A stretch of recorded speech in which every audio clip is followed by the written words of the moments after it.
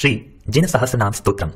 स्वयंभुवे नमस्तुभ्यमुत्पाद्यात्मानमात्मनि स्वात्मनैव तथोद्भूत वृत्तये चिन्त्यवृत्तये नमस्ते जगतां पत्ये लक्ष्मीभर्त्रे नमोऽस्तुते विदाम्बर नमस्तुभ्यं नमस्ते वदतां वर कर्मशत्रुहणं देव मामनन्ति मनीषिणः त्वामानमत्सुरीणमौली भामालाभ्यर्चितक्रमं ध्यानद्रुघणनिर्भिन्न घनघाती महातरुः अनन्त भवसन्तान जयादासीरनन्तजित् त्रैलोक्य निर्जयावाप्त दुर्दर्प्यमतिदुर्जयं मृत्युराजं विजित्यासीत् जिन मृत्युञ्जयो भवान् विधूताशेष संसार बन्धनो भव्यबान्धवः त्रिपुरारिस्त्वमीशोऽसि जन्म मृत्युजरान्तकृत् त्रिकाल विजयाशेष तत्त्वभेदातिथोत्थितं केवलाख्यं ददच्चक्षुस्त्रिनेत्रोऽसि त्वमीशिता त्वामन्धकान्तकं प्राहुर्मोहान्धासुरमर्दनात् अर्धं ते नारयो यस्मा दर्धनारीश्वरोऽस्यतः शिवः शिवपदाध्यासात् दुरिक्तारिहरो हरः शङ्करः कृतशमलोके शम्भवस्त्वं भवन् सुखे वृषभोऽसि जगज्येष्ठः पुरुः पुरु गुणोदयैः नाभेयो नाभिसम्भूते ऋक्ष्वाकुकुलनन्दनः त्वमेकः पुरुषस्कन्धस्त्वं द्वे लोकस्य लोचने त्वं त्रिधा बुद्धसन्मार्गस्त्रिज्ञस्त्रिज्ञानधारकः चतुःशरणमाङ्गल्य मूर्तिस्त्वं चतुरस्रधीः पञ्चब्रह्ममयो देवः पावनस्त्वं पुनीहि मां स्वर्गावतरणे तुभ्यं सद्यो जातात्मने नमः जन्माभिषेकवामाय वामदेव नमोऽस्तु ते सन्निष्क्रान्तावघोराय परमप्रशाममीयुषे केवलज्ञानसंसिद्धा वीशानाय नमोऽस्तु ते पुरस्तत्पुरुषत्वेन विमुक्तिपदभागिने नमस्तत्पुरुषावस्थां भाविनीं ते द्यवेभ्रते ज्ञानावरणनिर्हासान् नमस्तेऽनन्तचक्षुषे दर्शनावरणोच्छेदान् नमस्ते विश्वदृश्वने नमो दर्शनमोहग्ने शायिकामलदृष्टये नमश्चारित्रमोहग्ने विरागाय महौजसे नमस्तेऽनन्तवीर्याय नमोऽनन्तसुखात्मने नमस्तेऽनन्तलोकाय लोकालोकावलोकिने नमस्तेऽनन्तदानाय नमस्तेऽनन्तलब्धये नमस्तेऽनन्तभोगाय नमोऽनन्तोपभोगिने नमः परमयोगाय नमस्तुभ्यमयोनये नमः परमपूताय नमस्ते परमर्षये नमः परमविद्याय नमः परमतच्चिदे नमः परमतत्त्वाय नमस्ते परमात्मने नमः परमरूपाय नमः परमतेजसे नमः परममार्गाय नमस्ते परमेष्ठिने परमर्धिजुषे धाम्ने परमज्योतिषे नमः नमः पारे तमः प्राप्त धाम्ने परतरात्मने नमः क्षीणकलङ्काय क्षीणबन्ध नमोऽस्तु ते नमस्ते क्षीणमोहाय क्षीणदोषाय ते नमः नमः सुगतये तुभ्यं शोभनां गतिमीयुषे नमस्ते तीन्द्रियज्ञान सुखायानिन्द्रियात्मने कायबन्धन निर्मोक्षा दतायाय नमोऽस्तु ते नमस्तुभ्यमयोगाय योगिनामधियोगिने अवेदाय नमस्तुभ्य मकषायाय ते नमः नमः परमयोगीन्द्र वन्दिताङ्घ्रिद्वयाय ते नमः परमविज्ञान नमः परमसंयमः नमः परमदृग्दृष्ट परमार्थाय तायिने नमस्तुभ्यमलेश्याय शुक्ललेश्यांशकस्पृशे नमो भव्येतरावस्था व्यतीताय विमोक्षिणे संज्ञसङ्गीद्वयावस्था व्यतिरिक्तामलात्मने नमस्ते वीतसंज्ञाय नमः शायिकदृष्टये अनाहाराय तृप्ताय नमः परमभाजुषे व्यतीताशेषदोषाय भवाब्धेः पारमीयुषे अजराय नमस्तुभ्यं नमस्तेस्तादजन्मने अमृत्यवे नमस्तुभ्य मचलायाक्षरात्मने अलमास्तां गुणस्तोत्र मनन्तास्तावका गुणाः त्वां नाम स्मृतिमात्रेण पर्युपासिसि सामहे एवं स्तुत्वा जिनं देवं भक्त्या परमाया सुधीः पठेदष्टोत्तरं नाम्नां सहस्रं पापशान्तये इति प्रस्तावना।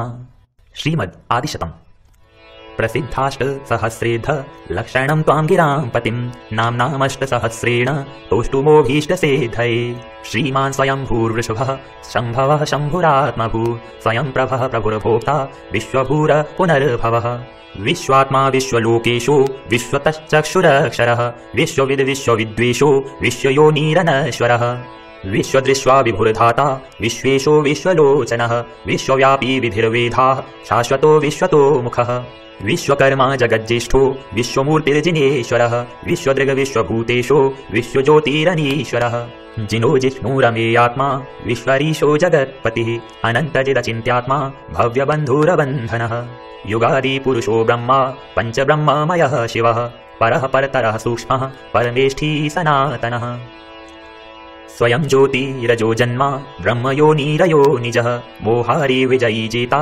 धर्मचक्रीदया ध्वजः प्रशान्तारी रनन्तात्मा योगी योगीश्वरार्चितः ब्रह्मविद् ब्रह्मतत्त्वज्ञो ब्रह्मोद्या विद्यतीश्वरः शुद्धो बुद्धः प्रबुद्धात्मा सिद्धार्थः सिद्धशासनः सिद्धः सिद्धान्तविद्धेयः सिद्धसाध्यो जगद्हितः सहिष्णुरच्युतोऽनन्तः प्रभविष्णुर्भवोद्भवः प्रभूष्णुरजोर्जर्यो भाजिष्णुर्धीश्वरो व्ययः विभावसुरसम्भूष्णुः स्वयं भूष्णुः पुरातनः परमात्मा परञ्ज्योतिस् त्रिजगत् परमेश्वरः ॐ ह्रीं श्रीमदादिशतम् अर्घ्यं निर्वपामीति स्वाहा दिव्यभाषापतिर्दिव्यः पूतवाक्पूतशासनः पूतात्मा परम ज्योतिर्धर्माध्यक्षोदमीश्वरः श्रीपतिर्भगवान् अर्हन् रजा विरजा शुचिः तीर्थकृतकेवलीशानः पूजार्हः स्नातकोमलः अनन्तदीप्तिर्ज्ञानात्मा स्वयं बुद्धा प्रजापतिः मुक्तः शक्तो निराबाधो निष्कलो भुवनेश्वरः निरञ्जनो जगज्ज्योतिर्निरुक्तोऽपीरनामयः अचलस्थितिरक्षोभ्यः कूटस्थः स्थाणुरक्षयः अग्रणीर्ग्रामणीर्नेता प्रणेता न्यायशास्त्रकृत् शास्ता धर्मपतिर्धर्म्यो धर्मात्मा धर्मतीर्थकृत् वृषध्वजो वृषाधीशो वृषकेतुर्वृषायुधः वृषो वृषपतिर्भर्ता वृषभाङ्को वृषोद्भवः हिरण्यनाभिर्भूतात्मा भूतभृद्भूतभावनः प्रभवो विभवो भास्वान् भवो भावो भवान्तकः हिरण्यगर्भः श्रीगर्भः प्रभूत विभवो भवः स्वयं प्रभुः प्रभूतात्मा भूतनाथो जगत्पतिः सर्वादिः सर्वदृक्सार्वः सर्वज्ञः सर्वदर्शनः सर्वात्मा सर्वलोकेशः सर्ववित् सर्वलोकजित् सुगतिः सुश्रुतः सुश्रुक् सुवाक्सूरिर्बहुश्रुतः विश्रुतो विश्वतः पादो विश्वशीर्षः शुचिश्रवाः सहस्रशीर्षः क्षेत्रज्ञः सहस्राक्षः सहस्रपात् भूतभव्य भवद्भर्ता विश्वविद्यामहेश्वरः ॐ ह्रीं श्री दिव्यादिशतम् अर्घ्यं निर्वपामीति स्वाहा स्थविष्ठः स्थविरो ज्येष्ठः पृष्ठः प्रेष्ठो वरेष्ठधीः श्रेष्ठो गरिष्ठो बहिष्ठः श्रेष्ठो निष्ठो गरेष्ठगीः विश्वभृद् विश्वसिद् विश्वे विश्वभुग् विश्वनायकः विश्वाशीर्विश्वरूपात्मा विश्वजिद् विजितान्तकः विभवो विभयो वीरो विशोको विजरो जरन् विरागो विरतो संगो विविक्तो वीतमसरः विनेय जनता बन्धुर्विलीनाशेषकल्मषः वियोगो योगविद् विद्वान् विधाता सुविधिः सुधीः शान्तिभाक् पृथिवीमूर्तिः शान्तिभाक् सलिलात्मकः वायुमूर्तिरसङ्गात्मा वह्निमूर्तिरधर्मधक् सुयज्वायमानात्मा स्तुत्वा सूत्रामपूजितः ऋत्विग्यज्ञपतिर्याज्यो यज्ञाङ्गममृतं हविः व्योममूर्तिरमूर्तात्मा निर्लेपो निर्मलोचलः सोममूर्तिः सुसौम्यात्मा सूर्यमूर्तिर्महाप्रभः मन्त्रविन्मन्त्रकृन्मन्त्री मन्त्रमूर्तिरनन्तगः स्वतन्त्रस्तन्त्रकृत्स्वान्तः कृतान्तान्तः कृतान्तकृत् कृतीकृतार्थः सत्कृत्यः कृतकृत्यः कृतक्रतुः नित्यो मृत्युञ्जयो मृत्यु रमृतात्मा मृतोद्भवः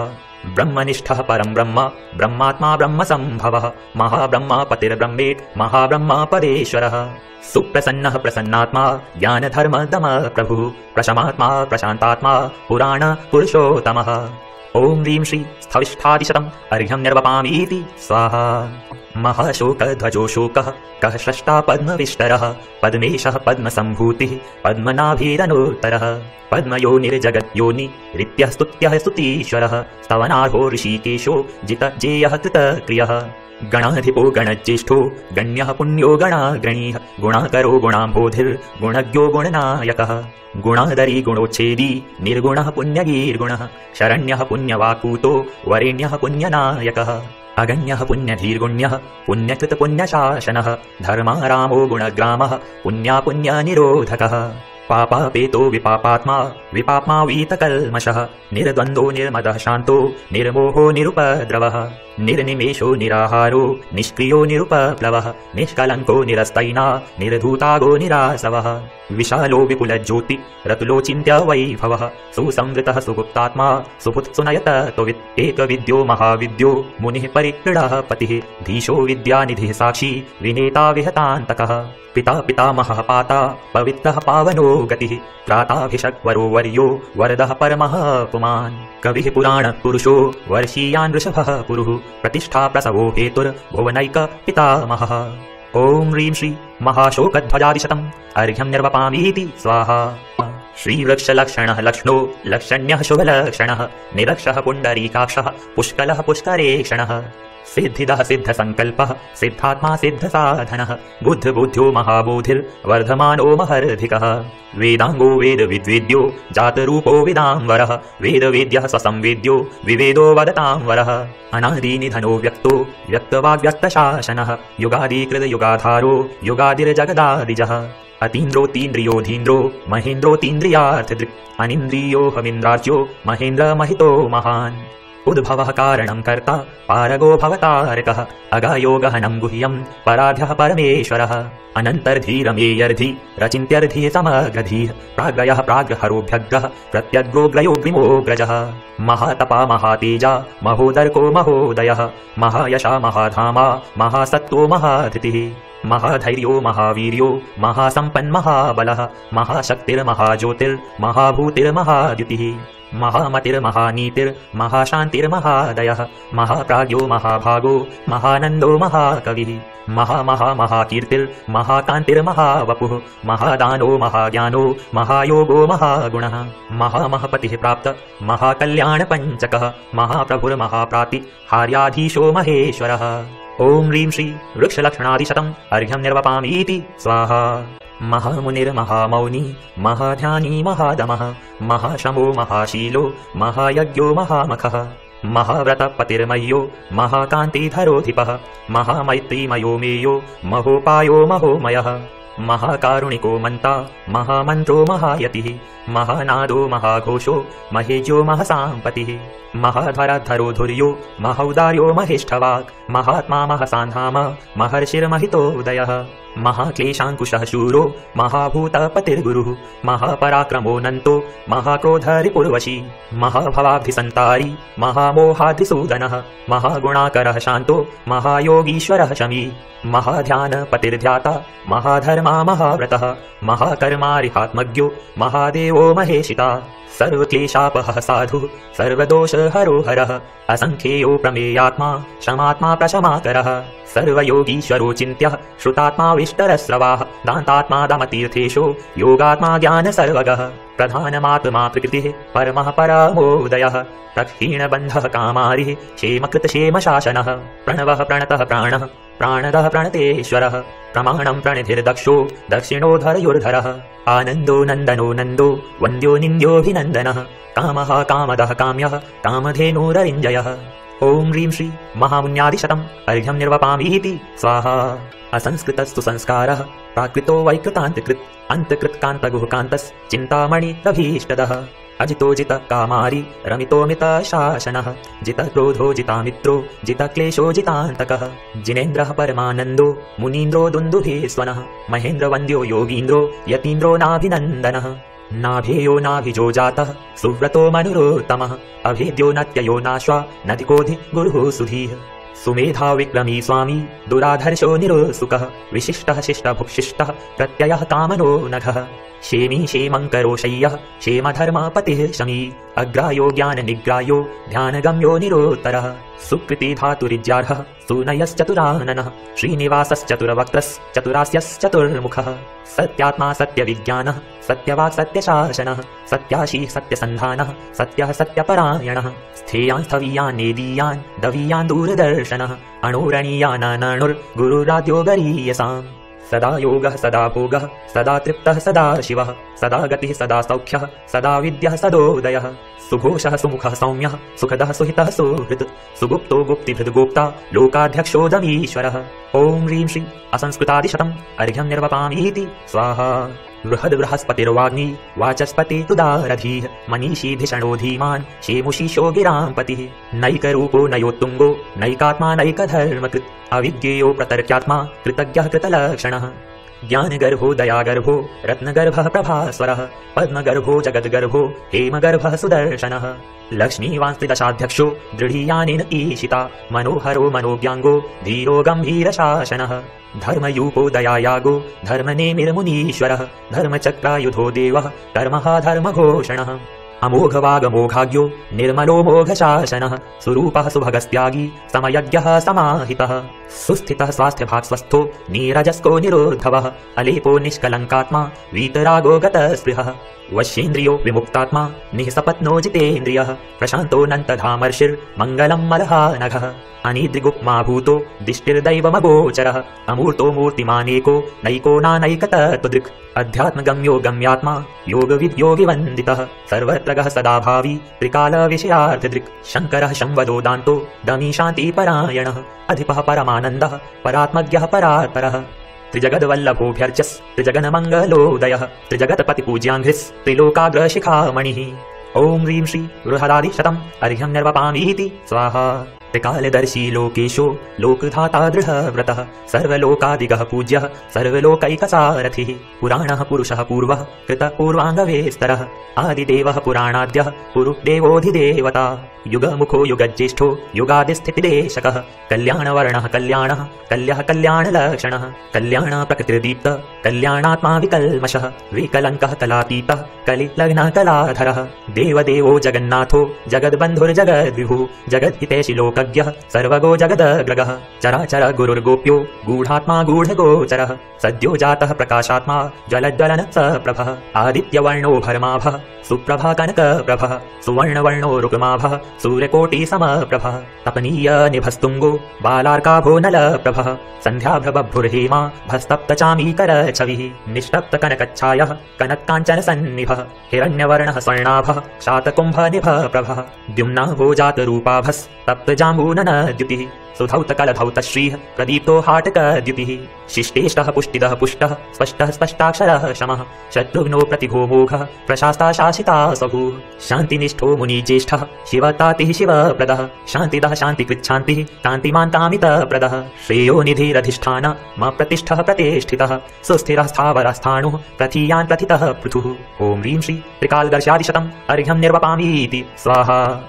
दिग्वासावातरशनो निर्ग्रन्थेशो निरम्बरः निष्किञ्चनो निराशंसो ज्ञानचक्षुरमोमुहः। तेजोराशिरनन्तौजा ज्ञानाब्धिः शीलसागरः तेजोमयोमितज्योतिर्ज्योतिमूर्तिस्तमोपहः।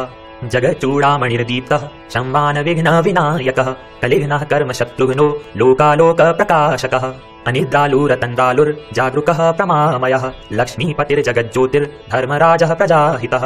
मुमुक्षुर्बन्धमोक्षज्ञो जिताक्षो जितमन्मथः प्रशान्तरसशैलूषो भव्यपेटकनायकः।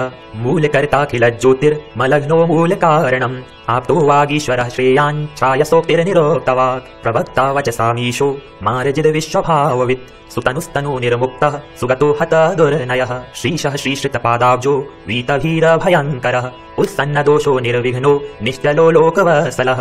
लोकोत्तरो लोकपतिर्लोकचक्षुरपारधीः धीरधीर्बुद्धसन्मार्गः शुद्धः सुनृतपूतवाक्। प्रज्ञापारमितः प्राज्ञो यतिर्नियमितेन्द्रियः भदन्तो भद्रकृतभद्रः कल्पवृक्षो वरप्रदः। समुन्मूलितकर्मारिः कर्मकाष्ठासु शोक्षणिः कर्मण्यः कर्मठः प्रांशुर्हेयादेया विचक्षणः। अनन्तशक्तिरच्छेद्यस्त्रिपुरारिस्त्रिलोचनः त्रिनेत्रस्त्यम्बकस्त्यक्षः केवलज्ञानवीक्षणः।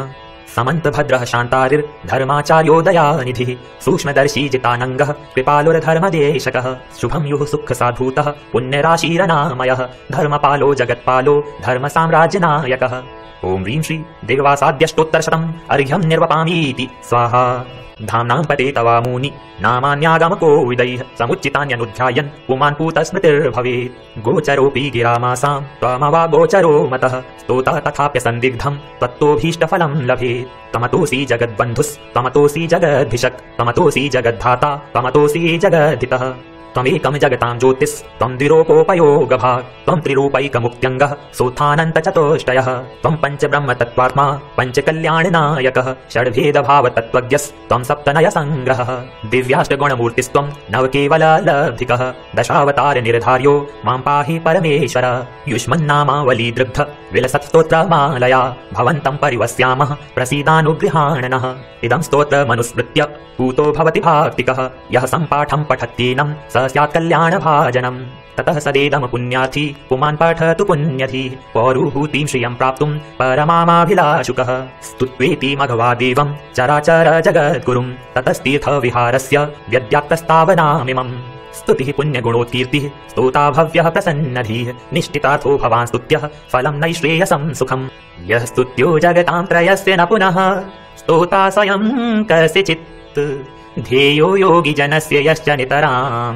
ध्याता स्वयं कस्यचित् यो नन्त्रिन नयते नमस्कृतिमलं नन्तव्यपक्षेषणः स श्रीमान् जगतां त्रयस्य च गुरुर्देवः पुरुः पावनः तं देवं त्रिदशाधिपाचितपदं घातिशयानन्तरं प्रोत्थानन्तचतुष्टयं चिनमिमं भव्याब्जिनीनामिनः मानस्तम्भविलोकनानतजगन् मान्यं त्रिलोकीपतिं प्राप्ताचिन्त्य बहिर्विभूतिमनघम् भक्त्या प्रवन्दामहे भक्त्या प्रवन्दामहे भक्त्या प्रवन्दामहे।